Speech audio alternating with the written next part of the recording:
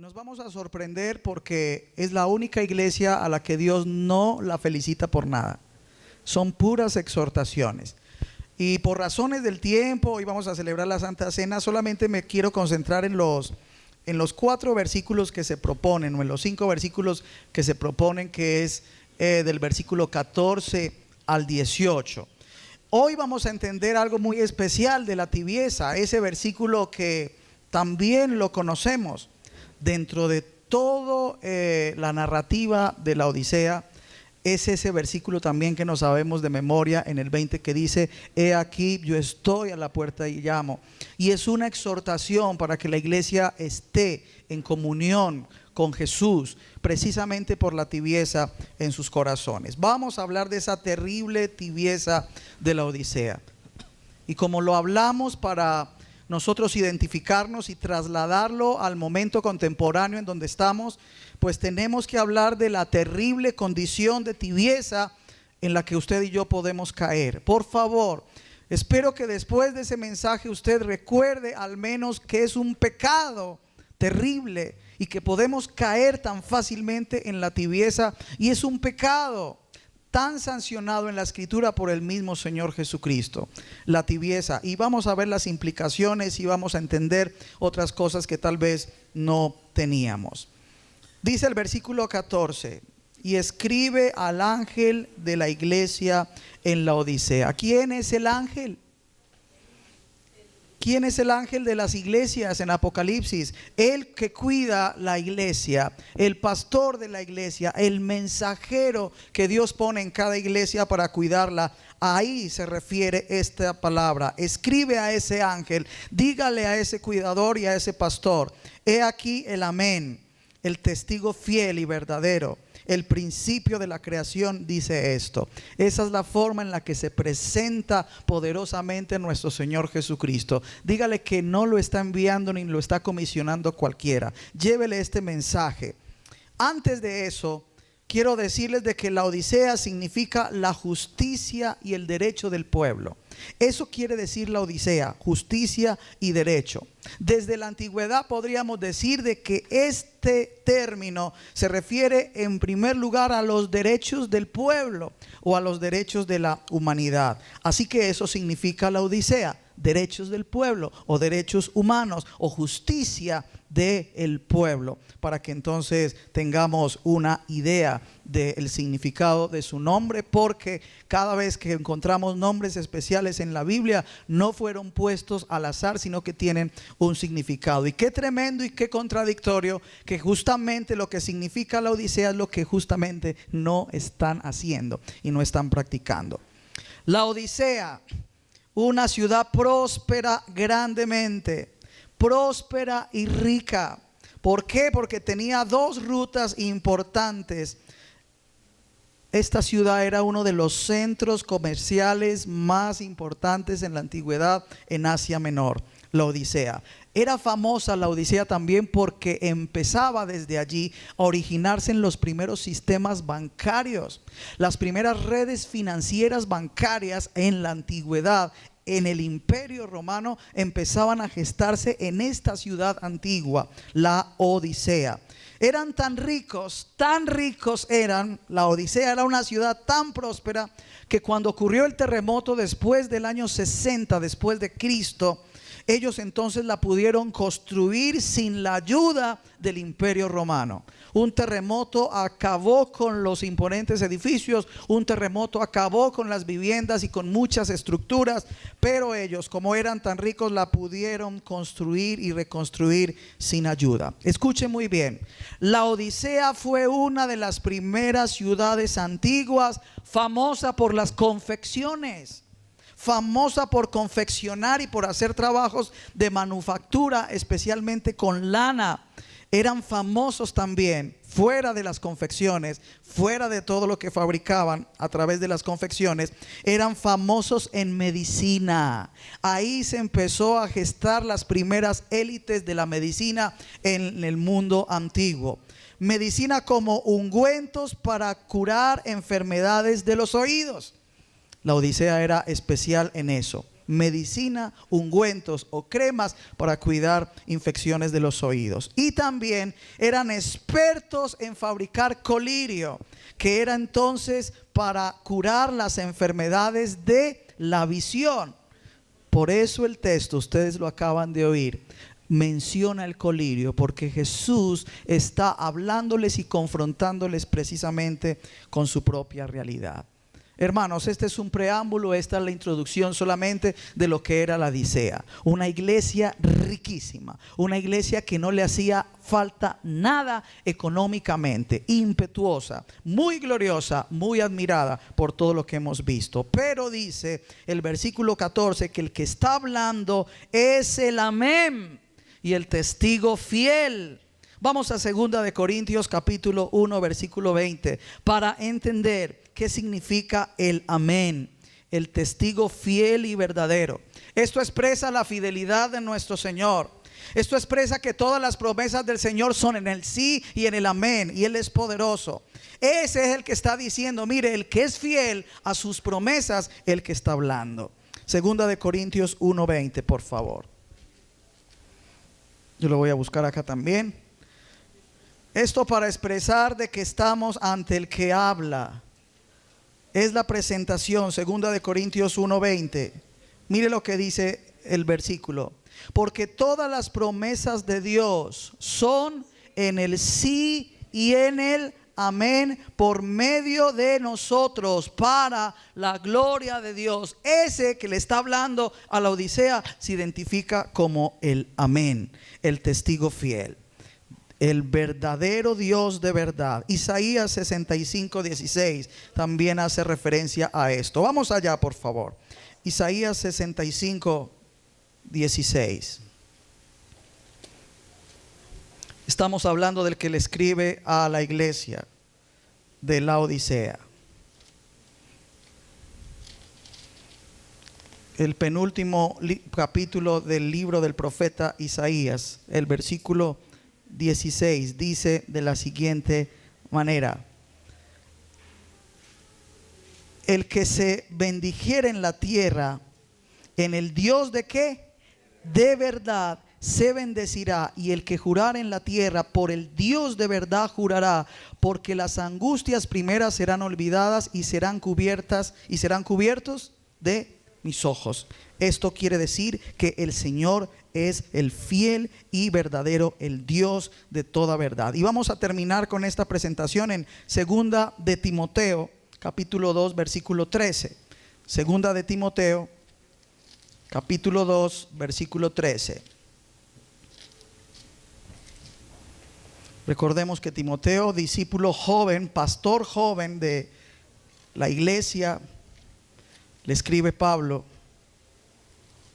Y en 2 de Timoteo 2:13, para hablar del Dios, del testigo fiel y verdadero, dice así, 2:13: si fuéramos infieles, Él permanece fiel. Él no puede negarse a sí mismo. La presentación del Señor Jesucristo a la iglesia de la Odisea consistía en mostrarse como el Dios cumplidor de las promesas, como el fiel y verdadero que cumple las promesas, el que hace y cumple lo que promete. Y esto nos deja a nosotros la seguridad de que todos aquellos que hemos recibido herencia en las promesas de Dios, tenemos la seguridad y la garantía de que Dios cumple sus promesas. Amén.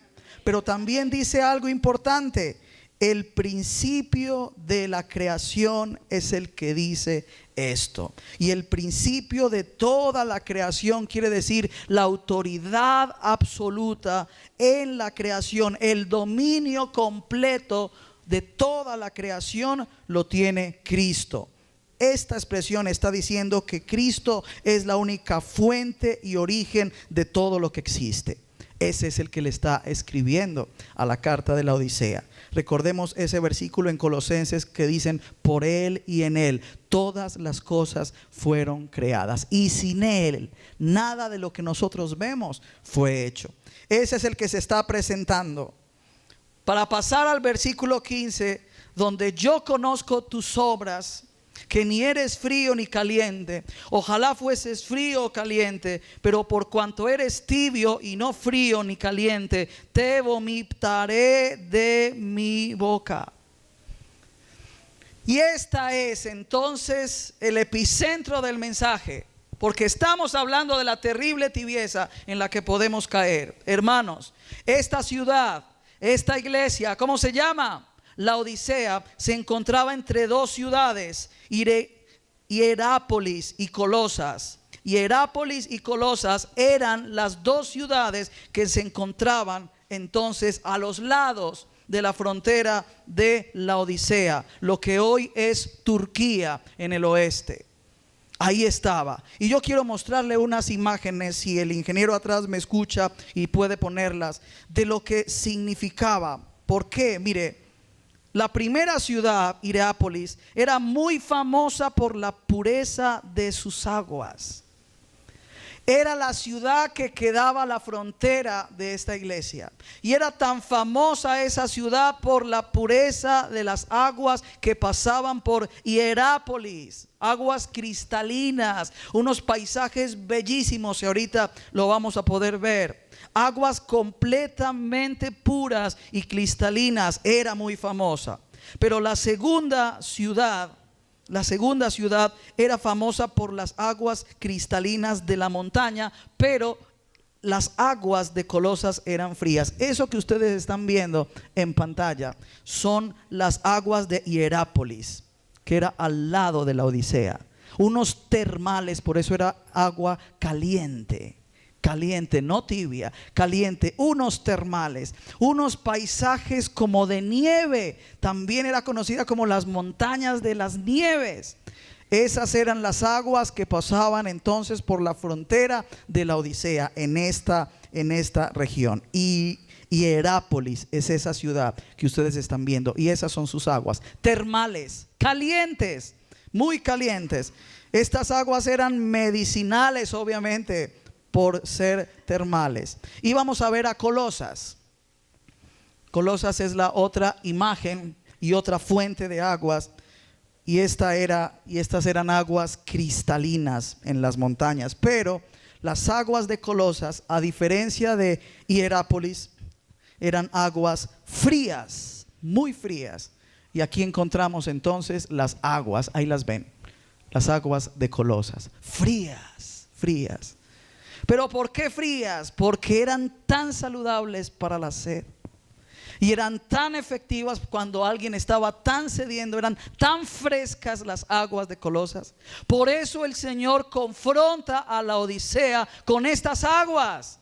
Con las aguas de las dos ciudades fronterizas, Hierápolis y Colosas. Unas calientes en los termales y otras frías como en Colosas. ¿Sabe por qué?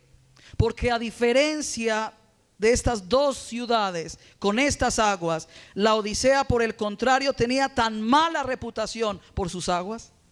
Estas aguas tan hermosas que hemos acabado de ver. La Odisea no tenía esas aguas. Mire, la Odisea, por el contrario, en el tiempo antiguo tenía tan mala reputación porque sus aguas eran tibias y eran muy muy sucias.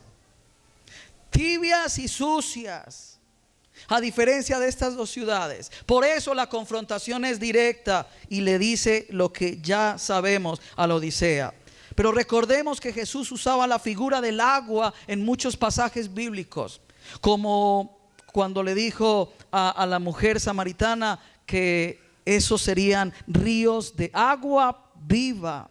Y también dice en otro pasaje que Él daba agua, y esa agua que Él daba, el que tomara de esa agua, nadie podría tener sed jamás. Con eso entonces tiene sentido el agua fría y el agua caliente de Hierápolis y el agua fría de Colosas.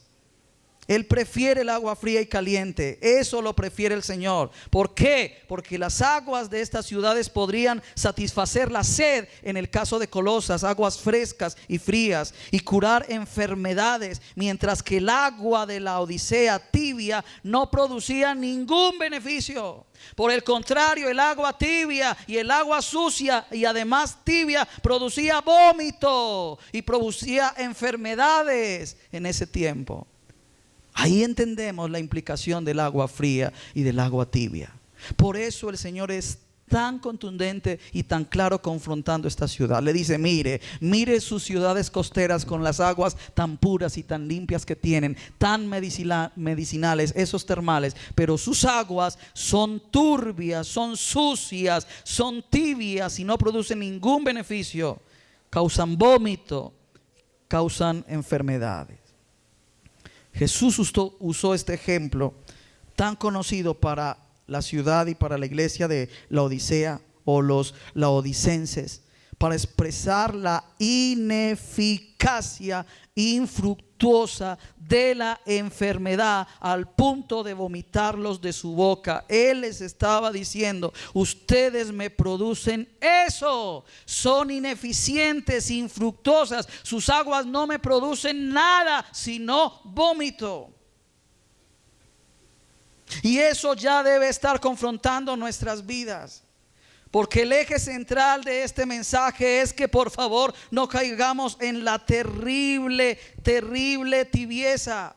Y vamos a mencionar al menos 7 aspectos en los cuales nos podemos volver tibios en medio de la iglesia, en las cuales nos podemos volver infructuosos, aguas que no sirven de nada, que no le sacian la sed al extranjero o al pobre o al huérfano, y que no sirven de medicina a nadie. Las aguas de una iglesia tibia y sucia le producen más enfermedades a una sociedad, y vómito, eso produce. Haga el ensayo si quiere, tómese un vaso con agua tibia y sucia, a ver qué le produce: vómito. Y eso era lo que el Señor estaba diciendo: ustedes en sus aguas y en sus actos no me producen sino eso. Recuerden que es la única iglesia a la que Él no felicita ni le reconoce nada. Él solo dice: conozco tus obras. Recuerden que era una iglesia próspera, económicamente podían construir como quisieran, muy cómodos. Hermanos, por eso llegamos a este punto. ¿Cómo nos podemos volver tibios? ¿Cómo ustedes y yo podemos volvernos tibios?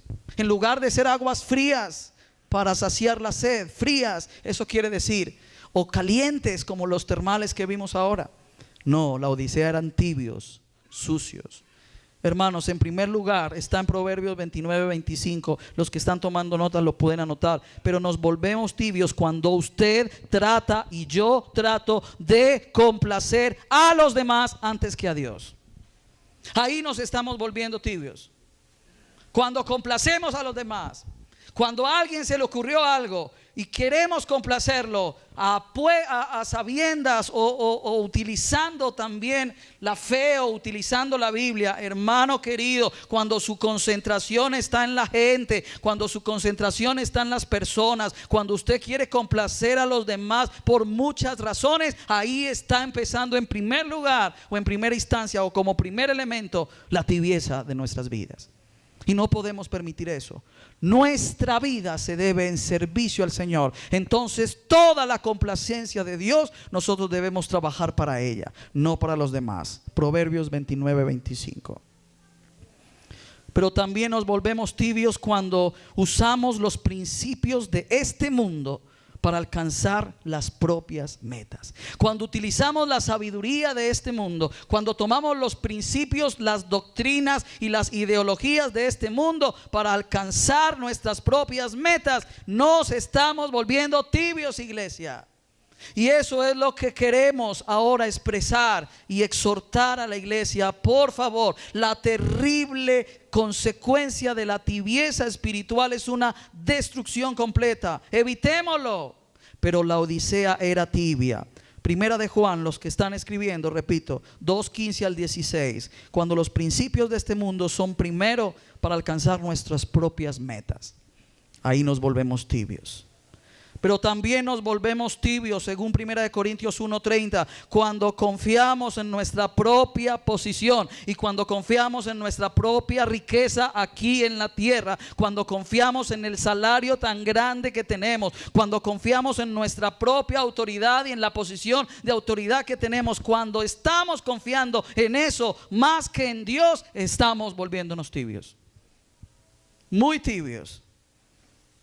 Santiago capítulo 3 del versículo 11 al 13 dice que también nos volvemos tibios cuando estamos mezclando las cosas santas con lo profano, cuando también estamos mezclando la espiritualidad de Dios con nuestras malas acciones, cuando podemos venir a la iglesia y cuando podemos establecer tiempos de comunión como estamos aquí, pero en la casa o afuera nuestra conducta no agrada al Señor, nos estamos volviendo tibios. Santiago 3 del 11 al 13, la mezcla de lo santo y lo profano. Lo santo, qué bonito, el domingo santo voy a la iglesia para que nos santifiquemos todos, pero el lunes es profano, el martes es profano, el miércoles profano, jueves y viernes y sábado lo profanamos. La mezcla de lo santo y lo profano es sinónimo de tibieza espiritual. Y en eso nos tenemos que revisar, porque tenemos que ser manantiales de aguas purificadoras para el Señor. En quinto lugar y quinto elemento de la tibieza lo expresa Juan capítulo 21 versículo 22. Cuando se permite que alguien tome decisiones por usted mismo y usted toma decisiones por los demás, o permite que otro tome las decisiones por usted, cuando permite que alguien más tome decisiones por usted, estamos cayendo en tibieza espiritual. Y eso lo tenemos que tener en cuenta y admitir. Pero mire, el sexto elemento que produce la tibieza espiritual es cuando ustedes y yo vivimos afanados por las necesidades de la vida diaria. Y tu afán y el mío por hacerlo de esta vida cotidiana nos aparta de la oración, nos aparta de la lectura de la palabra. Ahí nos estamos volviendo fríos o tibios mejor. Cuando vivimos afanados por esas necesidades de la vida diaria, recordemos, Mateo 6 del 24 al 34 nos dice todo acerca de esto. Hermana, hermanos que me escuchan a través de las redes, cuando vivimos afanados por las necesidades de esta vida diaria en lugar de Dios, déjeme decirle que no nos estamos volviendo tibios y nos estamos volviendo como la Odisea. Laodicenses nos volvemos. Tibios. Y el último lugar, hay muchos en la Biblia y usted puede encontrar muchos en su propio estilo de vida. Cuando en lugar de tener una relación sincera o íntima con Dios, nos volvemos tibios cuando en lugar de tener una relación sincera e íntima con Dios, seguimos tanta religiosidad. Nos seguimos tan a la par con tantas religiosidades. Sí, cuando en lugar de estar en oración para que Dios te muestre, para que Dios te revele, para que disfrutes de la intimidad con Dios, solo seguimos principios religiosos. Ahí nos estamos volviendo tibios. Y estamos llamados en esta época a ser cristianos de verdad. Y estamos llamados en esta época a no darle prioridad a lo material, a no darle prioridad ni darle tanta relevancia a lo que nosotros tenemos en nuestras manos. Mire lo que dice el versículo 17. Porque tú dices, soy rico, me he enriquecido. No se preocupen que yo lo resuelvo con dinero, yo lo resuelvo con recursos. No, eso es un indicador de tibieza. Usted no puede resolverlo con sus recursos. La tibieza espiritual es pecado y la tibieza espiritual debe ser enfrentada con la santidad, debe ser contrarrestada con la comunión del Señor. Debe ser completamente atendida. Mire, yo soy rico, me he enriquecido. Mire la prepotencia de esta ciudad y de esta iglesia. De ninguna cosa tengo necesidad. Ay, hermanos queridos, iglesia, no nos convirtamos como la Odisea que decía no tengo necesidad de nada. Sí, Confra Manrique tiene una gran necesidad de Cristo en el alma y en el corazón. Una gran necesidad de su espíritu en medio de lo que nosotros somos. Una gran necesidad de que Él nos limpie con las aguas salutíferas de su presencia. Sí, pero la Odisea, mire lo que dice el versículo 17. ¿No les parece tan arrogante? ¿No les parece tan prepotente? ¿No les parece tan altanera, tan altiva esta iglesia que se atreve a decir: no me hace falta nada? Por eso el Señor, no sabes que tú eres un desventurado, eres un miserable, eres un pobre. A una ciudad tan rica le dice pobre. A una ciudad que podía vender medicina para los ojos, colirio, les dice ciegos. Que con toda la sabiduría, con toda la riqueza y la medicina no podían ver, le dicen ciegos. Y podían confeccionar tantos vestidos con lana, ¿cómo les dice? Desnudos. Les golpea el ego a la máxima expresión. Y yo espero que el Señor hoy golpee nuestro ego, porque Dios nos guarde de considerarnos así. Pero la realidad de la Odisea era esa: no creían que no tenían necesidad de nada. Ay, hermanos, no diga eso, por favor. No diga eso por mucho que tenga. No diga eso por muchas las bendiciones que usted tenga alrededor. Reconozcamos juntos, por favor, que tenemos la necesidad diaria de la presencia de Jesús, de Cristo, por su Espíritu Santo alrededor de nosotros. Ese aire de autosuficiencia, esa arrogancia y esa altivez era parte de la identidad de los hermanos y de las hermanas de la iglesia de la Odisea. Eso era parte de su identidad. Eso se respiraba en esa iglesia, esa autosuficiencia. Veían sus capacidades monetarias o de recursos, pero no veían la necesidad, ¿sabe de qué? De depender absolutamente del Señor. Y aunque usted tenga recursos, y aunque yo pueda tener los recursos, aunque usted pueda decir: Señor, lo tengo todo, gracias a ti, por favor, nunca deje de reconocer que en el momento presente, hoy, dependemos totalmente de Jesús. Dependemos. En algún momento algo puede suceder, en un instante algo nos puede pasar. Tú y yo debemos depender, y esa es la necesidad más grande que como iglesia necesitamos. Necesitamos depender absolutamente de Jesús. Y no se depende de palabras, se depende en la oración, se depende en el ayuno, se depende en las vigilias de la noche, se depende en las vigilias de la madrugada, se depende en la indagación en la bendita Escritura. Pero necesitamos depender de Dios. De lo contrario vamos a ser, así como Él describió esa iglesia, unos desventurados, unos miserables, y unos pobres, y unos ciegos y desnudos. ¿Por qué eran eso? ¿Saben por qué? Porque la tibieza nos lleva a dejar por fuera a Jesús. Como lo tenían todo, la tibieza nos lleva a dejar a Jesús por fuera. Podemos creer en su mensaje, podemos creer en Él, claro que sí, pero esa autosuficiencia no pintaba bien frente a Cristo. La espiritualidad de esta iglesia mostraba que realmente, con todo lo que eran desventurados, miserables, pobres, ciegos y estaban desnudos. Esa era la condición espiritual de la Odisea. Terrible tibieza. La terrible tibieza de la Odisea. Terrible. Terminemos con el versículo 18.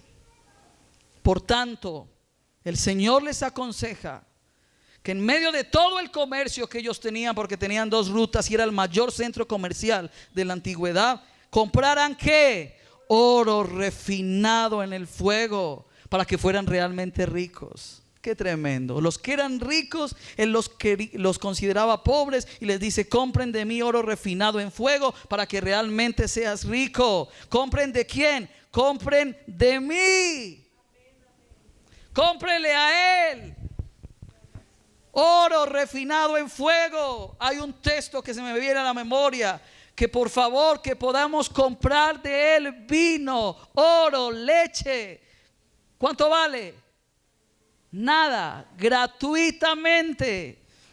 Él les aconseja: te aconsejo que de mí compres oro refinado en fuego para que seas rico, pero que también compren vestiduras blancas para vestirse, porque como los veía el Señor desnudos, y que no se descubra la vergüenza de tu desnudez. Y unge tus ojos con colirio para que veas. Qué tremendo. Ustedes que mencionan y que fabrican ungüentos, cremas, remedios y medicina para los ojos, para mí son ciegos.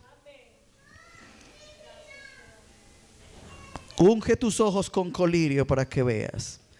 Tan ocupados comprando cosas que habían descuidado el verdadero negocio, por decirlo de alguna manera. Estaban tan ocupados comprando cosas para ellos mismos que habían descuidado que la verdadera inversión de toda su vida era comprar oro divino de la misma presencia del Señor. La verdadera riqueza para la Odisea viene de Cristo. La verdadera riqueza para la iglesia del Señor en Confra Manrique viene de Cristo. Al estar lejos de Él, por eso llamó a los de la Odisea pobres, miserables y desventurados. El vestuario de la santidad y la sanidad, verdaderamente la sanidad de los ojos, viene también de Cristo. La visión correcta, el colirio perfecto para nuestros ojos viene de Cristo, para que veamos la vida y el cristianismo como se debe ver. Lo que ellos están considerando termina en una condición espiritual infeliz. Es decir, que si siguen ocupados en estas cosas, su vida espiritual sería un desastre. Hermanos, este es el mensaje a la Odisea. Y ese es el mensaje de las aguas sucias que producen nuestros actos. Ese es el resultado de mezclar lo santo y lo profano. Esa es, lamentablemente, la forma en la que muchos de nosotros podemos andar sin un verdadero arrepentimiento. Porque el verdadero arrepentimiento, aunque produce dolor, aunque produce tristeza, aunque produce lloro, aunque produce lamento, el verdadero arrepentimiento suyo y mío debe producir también dos cosas que hoy se han olvidado: el odio a seguir pecando y el abandono completo de ese mismo pecado. Y eso se nos está olvidando. Pero como se nos está olvidando, no tenemos un verdadero arrepentimiento. Y lo necesitamos así. Hermanos queridos, bendito Dios que, aunque no muestra palabras de esperanza o de felicitación para esta iglesia, Él dice: estoy dispuesto a entregarles oro y estoy dispuesto a darles vestidos nuevos. Cómprenlos por favor de mí. Cómprenlos de parte mía. Cierra tus ojos ahí donde está y vamos a orar para celebrar también la Santa Cena del Señor. Pero primero vamos a orar para despedir a nuestros hermanos en transmisión y en línea con Facebook y YouTube. Y nosotros continuamos aquí en este tiempo. Amado Padre, Dios de poder y de toda gloria, hoy estamos delante de ti y frente, Señor, a una iglesia que prepotentemente consideraba que no les hacía falta nada. Pero esa necesidad y esa pretensión era a tal punto de que no se daban cuenta que estaban tan perdidos sin ti. Perdónanos, Señor, porque muchas conductas laodicenses las tenemos nosotros, Señor, y tenemos que abandonarlas, Señor, para estar contigo, para vivir contigo. Yo te ruego, Señor, que quites la tibieza espiritual de nuestras vidas y nos hagas, Señor, resplandecer en medio de un mundo lleno de tinieblas. Quita, oh Dios, todo aquello que hace que nos volvamos tibios, como hemos visto, Señor. Y permítenos que con el poder de tu Espíritu seamos esa clase de iglesia que te honra a ti, aún en medio de nuestras imperfecciones, aún en medio, Señor, de todo lo que nosotros somos, Señor. Permítenos, Señor, ocuparnos de ti, comprar de ti oro refinado, Señor, vestiduras blancas y vestirnos de santidad, para que se quite la desnudez, para que se quite la vergüenza, Señor. Permítenos, Señor, que tú mismo unjas nuestros ojos con colirio, Padre, para que seamos sanos y podamos ver, oh Dios, como tú quieres que veamos. En el nombre de Jesús te damos a ti toda la gloria y toda la honra. Amén y amén. Gloria al Señor. Nos despedimos de nuestros hermanos en Facebook, en YouTube. Aquí continuamos.